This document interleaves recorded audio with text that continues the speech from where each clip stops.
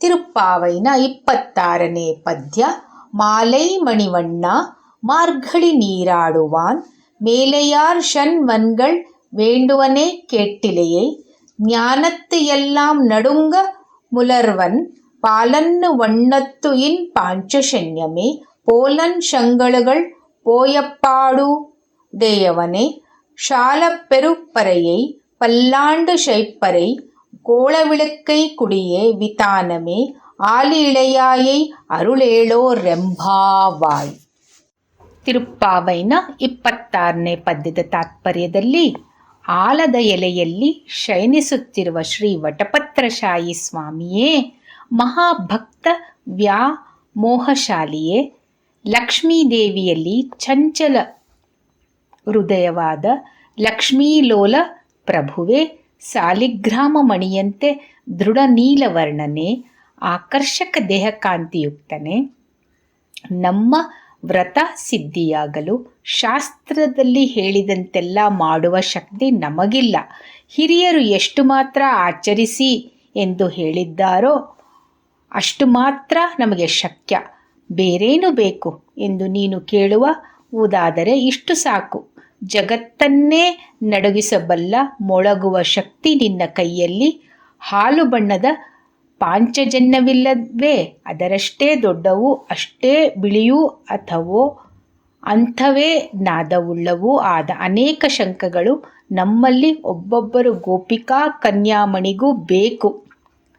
ನಿನಗೆ ಸುಪ್ರಭಾತ ಹಾಡಲು ಶಂಖಧ್ವನಿಗೆ ಇವು ಬೇಕೇ ಬೇಕು. ಇದು ತುಂಬ ದೊಡ್ಡದಾದ ಒಂದು ತಾಳವಾದ್ಯ ಪರೇ ಬೇಕು ಒಬ್ಬೊಬ್ಬರಿಗೂ.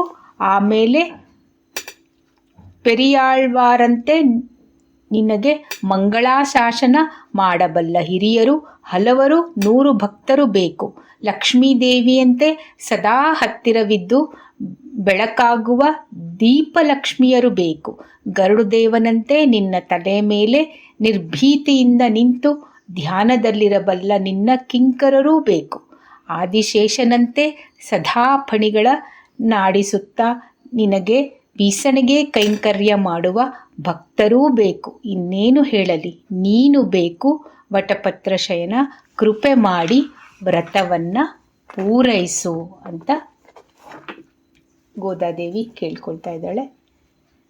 ಮೇಲಿನ ಅರ್ಥದ ಒಂದು ಇಂಗಿತವನ್ನು ಇಲ್ಲಿ ಅನುಭವಿಸಬೇಕು. ಭಗವಂತನ ಕೃಪೆ ಸಿದ್ಧಿಸಲು ನಾವು ಮಾಡುವ ಯಾವುದೇ ಪ್ರಯತ್ನಕ್ಕಿಂತ ಹೆಚ್ಚು ಮುಖ್ಯವಾಗಿ ಅವನೇ ಸಿದ್ಧೋಪಾಯವಾಗಿ ನಮಗೆ ಬೇಕು. ಗೋದೆ ಅದನ್ನು ಪರ್ಯಾಯವಾಗಿ ಸೂಚಿಸುತ್ತಿದ್ದಾಳೆ.